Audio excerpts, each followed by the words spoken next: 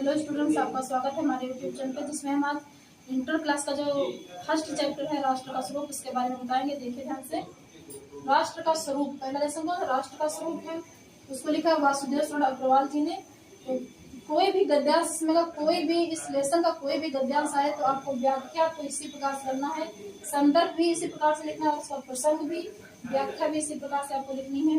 देखिए संदर्भ क्या है। प्रस्तुत गद्य खंड हमारी पाठ्य पुस्तक हिंदी के राष्ट्र का स्वरूप नामक पाठ से लिया गया है। इसके लेखक वासुदेव शरण अग्रवाल जी हैं। फिर दूसरा प्रसंग इसका लिखना है। इस निबंध में लेखक ने 3 तत्वों पृथ्वी, जल और संस्कृति पर प्रकाश डालते हुए बताया कि राष्ट्र का स्वरूप इन्हीं 3 तत्वों से निर्मित है। पृथ्वी, जल और संस्कृति इन्हीं 3 तत्व हैं, इन्हीं पर हमारा राष्ट्र का स्वरूप क्या है, निर्भर है। व्याख्या देखिए। प्रस्तुत लेख में वासुदेव शरण अग्रवाल जी ने यह स्पष्ट किया है कि पृथ्वी को माता के रूप में, स्वयं को पुत्र के रूप में और राष्ट्रता की भावना के रूप में उदय के लिए आवश्यक है। माता पुत्र का संबंध अत्यंत पवित्र है। और इसके आगे इतना लिखने के बाद आपको जो गद्यांश होगा उसी गद्य खंड के अनुसार आपको लिखना होगा, और जिसमें क्वेश्चन होंगे वो जो गद्यांश लिखा होगा उसी गद्यांश के अनुसार आपको क्वेश्चन लिखने होंगे। बाद अब क्वेश्चन आंसर देखिए। राष्ट्र का स्वरूप के क्वेश्चन आंसर आप देखिए ध्यान से। किस प्रकार की राष्ट्रता को लेखक ने निर्मूल कहा है? किस प्रकार की राष्ट्रता को लेखक ने निर्मूल कहा? तो जो राष्ट्रता पृथ्वी के साथ जुड़ी नहीं होती उसे क्या कहा है? निर्मूल कहा है। ये पृथ्वी सच्चे अर्थों में क्या है?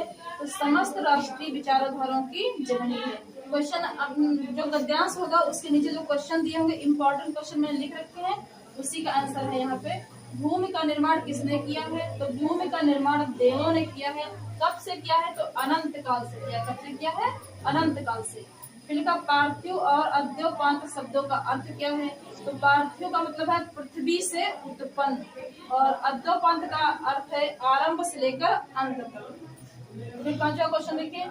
पृथ्वी के देह को किसने सजाया है? तो पृथ्वी की देह को दिन रात बहने वाली नदियों ने पहाड़ों को पीसकर सजाया है। फिर देखिए क्वेश्चन नंबर 6। पृथ्वी की गोद में जन्म लेने वाले जड़ पत्थर कैसे सौंदर्य के प्रतीक बन जाते हैं? तो कुशल शिल्पियों के सवारे जाने पर जड़ पत्थर सौंदर्य के प्रतीक बन जाते हैं। फिर को अमूल्य निधियां कहाँ भरी हुई है? तो अमूल्य निधियां धरती माता की कोख में भरी हुई है। राष्ट्र की कल्पना कब संभव है? तो राष्ट्र की कल्पना जब मनुष्य होगा तभी असंभव, वरना असंभव नहीं है। तो मनुष्य के बिना राष्ट्र की कल्पना संभव नहीं है। पृथ्वी और जन दोनों मिलकर क्या बनाते हैं? तो पृथ्वी और जन दोनों मिलकर राष्ट्र का स्वरूप बनाते हैं। फिर पृथ्वी कब मातृभूमि की संज्ञा प्राप्त करती है? तो पृथ्वी पर जन का निवास होने पर मातृभूमि की संज्ञा प्राप्त करती है। दृढ़ भित्ति और निष्कर्ण का अर्थ क्या है?